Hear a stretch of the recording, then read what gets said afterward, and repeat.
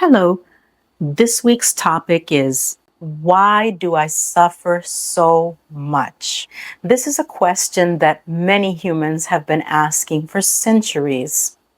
I created a video a while back called When the World Feels Unsafe. It's referenced in the description section. And in this video, I covered so many things that made me feel unsafe. Already at the age of 10, I thought about how much suffering I had as well as other people in this world. As I matured, I realized that there are two alternate questions that we could ask instead of asking why. The first question is, how can I see this situation differently? The second question is, what lessons can I learn from this situation? So what I realized as I matured is that when we ask the why about suffering, that question is meaningless. We don't really understand why we suffer. It's a part of life. We might never figure it out. When I started taking classes at the Jung Center, I realized that this is a question that comes from the ego. The ego is so focused on why.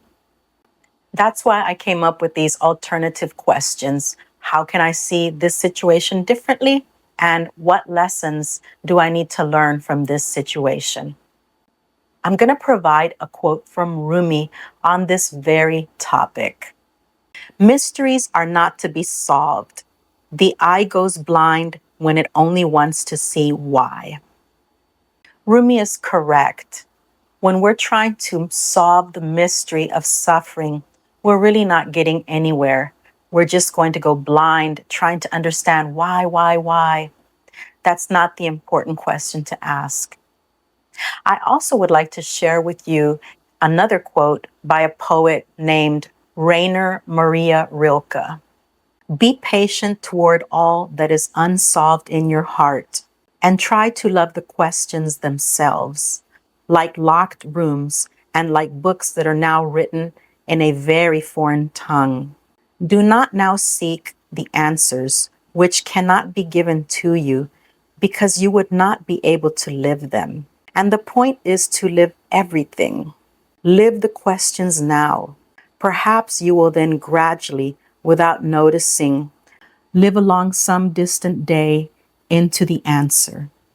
So like the poet Rilke said, we need to learn to love the questions, not try to understand, but just to love the questions themselves. And as Rilke said, with time, we will grow into the understanding through our life experience. Sometimes when suffering has happened, I've heard people also talk about the suffering must be karmic or the suffering must be cosmic. It's in the constellations. I've heard all kinds of explanations about the why of suffering. But what I realized is that it doesn't even matter if we understand why suffering happens. It doesn't make sense to understand, because at the end of the day, that doesn't make the suffering go away. So what's the point of trying to figure out the why? If the real answer is to ask, what can I learn from this? And how can I see the situation differently? Because at the end of the day, we still have to heal the pain. At the end of the day, running away is not the answer. Neither is understanding the reason why. So that's what I finally concluded after many years of going through my own dark night of the soul. I hope that this has been helpful to you. Thank you for tuning in this week. I send you love, light, and blessings. Hi, my name is Rosalinda Martinez. I'm a retreat leader at Empowerment Light. If you'd like to get connected with more tools and resources to help you on your journey, please see my website in the description section. As always, like and subscribe if you like this video. Look forward to a new video every Tuesday.